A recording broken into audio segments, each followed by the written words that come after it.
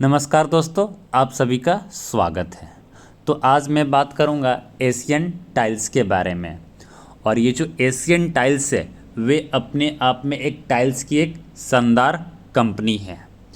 तो देखिए, कंपनी की तरफ से एक अनाउंसमेंट हुआ है और कंपनी का जो अनाउंसमेंट है वे राइट्स इशू को लेकर हुआ है। यानी अगर एशियन टाइल्स का अगर आपके पास अगर 30 शेयर है तो उसके बदले में आपको 37 शेयर मिलेगा। 30 शेयर के बदले 37 शेयर मिलेगा और इसका जो फेस वैल्यू होगा वे 10 रुपीज़ होगा और जब ये प्रीमियम होगा इसका 53 रुपीज़ होगा और पर शेयर आपको 63 रुपीज़ पे करना होगा। तो देखिए, इसका जो ये एक्स राइट डेट है वे 11 अप्रैल है और रिकॉर्ड डेट है 12 अप्रैल। यानी इस कंपनी का आपने 8 अप्रैल को अगर आपने शेयर खरीद लिया होगा, देखिए 9 अप्रैल को तो सैटरडे था, आज 10 अप्रैल है तो आज संडे है। तो सैटरडे और संडे को क्या होता है, मार्केट क्लोज होता है।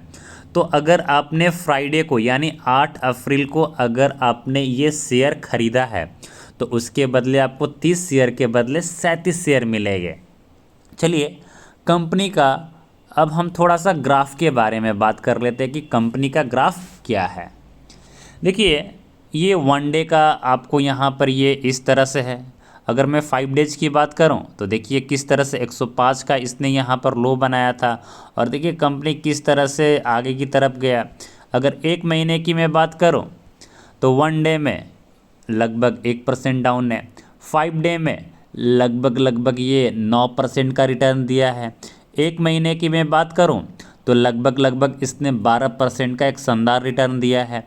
अगर 6 महीने की मैं बात करूं तो इसने 30% का निगेटिव में रिटर्न दिया है, यानी ये माइनस में चला गया। अगर मैं ईयर टेल डेट की मैं बात करूं यानी 1 साल की मैं बात करूं तो ये लगभग 19% का निगेटिव रिटर्न दिया है। अगर मैं मैक्सिमम की मैं बात करूं तो ये ऑल टाइम हाई है, यानी लगभग 28%।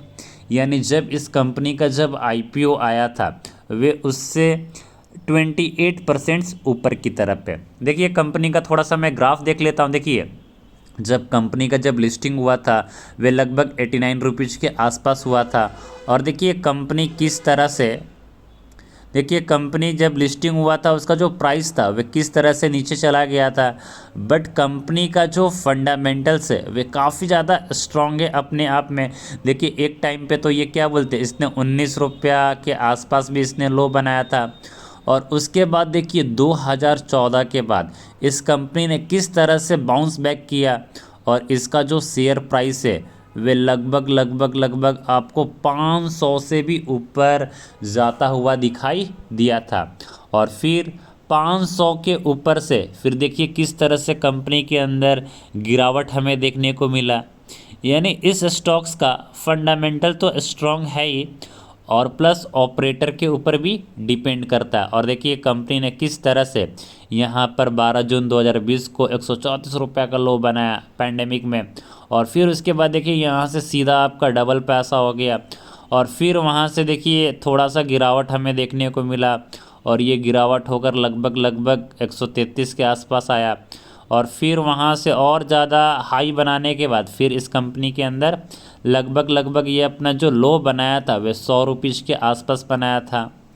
तो चलिए, कंपनी का हमने ग्राफ देख लिया, अब कंपनी का हम थोड़ा सा फंडामेंटल देख लेते हैं कि कंपनी का फंडामेंटल क्या है। तो चलिए, कंपनी का हम सबसे पहले फाइनेंशियल फिगर के बारे में देख लेते हैं। देखिए, तो सबसे पहले मैं क्वार्टरली बेसिस पे मैं बात करूंगा। तो दिसंबर 20 में इसका जो नेट प्रॉफिट था 21.2 था, मार्च 21 में 15.1 करोड़ था, जून 21 में 7 करोड़ था, सितंबर 21 में देखिए यहाँ पर कितना अच्छा रिजल्ट दिया 52 करोड़ का था और दिसंबर 21 में 16.4 था। यानी क्वार्टरली बेसिस पे देखा जाए तो थोड़ा सा हमें गिरावट देखने को मिल रहा है, कभी उतार चढ़ाव इस कंपनी में बना हुआ।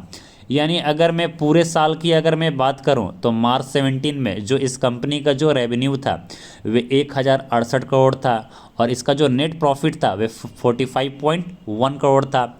मार्च 18 में 52.7 करोड़ का नेट प्रॉफिट था और इसका देखिए रेवेन्यू के अंदर भी आपको काफ़ी ज़्यादा इजाफा देखने को मिल रहा है। मार्च 19 में थोड़ा सा प्रॉफिट कम हुआ, मार्च 20 में 42.2 करोड़ का प्रॉफिट था, मार्च 21 में 57 करोड़ रुपीज़ का प्रॉफिट था। यानी अगर कंपनी को अगर मिला जुला कर देखा जाए तो कंपनी अपने आप में एक बेहतरीन कंपनी है, ठीक है। और चलिए कंपनी के ऊपर जो कर्ज है वे लगभग 0.4 करोड़ का, यानी टोटल डेब्ट टू टोटल इक्विटी एनुअल यानी 0.4 का। और देखिए जो बुक वैल्यू पर शेयर है वे इस कंपनी में हमें इंक्रीज देखने को मिला है। मार्च 17 में 140 रुपीज़ का बुक वैल्यू शेयर हुआ करता था जो कि मार्च 21 में 21 हो गया।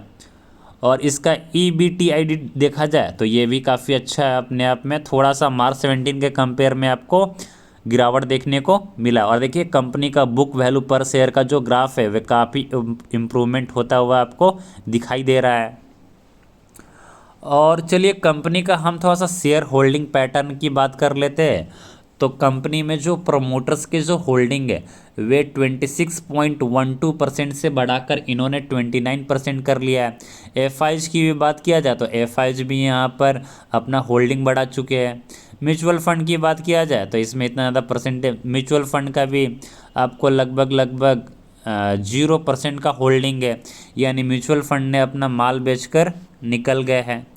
अगर मैं डिविडेंड की बात करूं तो डिविडेंड भी बहुत ही कम देती है कंपनी। और देखिए इसमें जो डील्स हुए हैं मैं आपको डील्स दिखा देता हूं।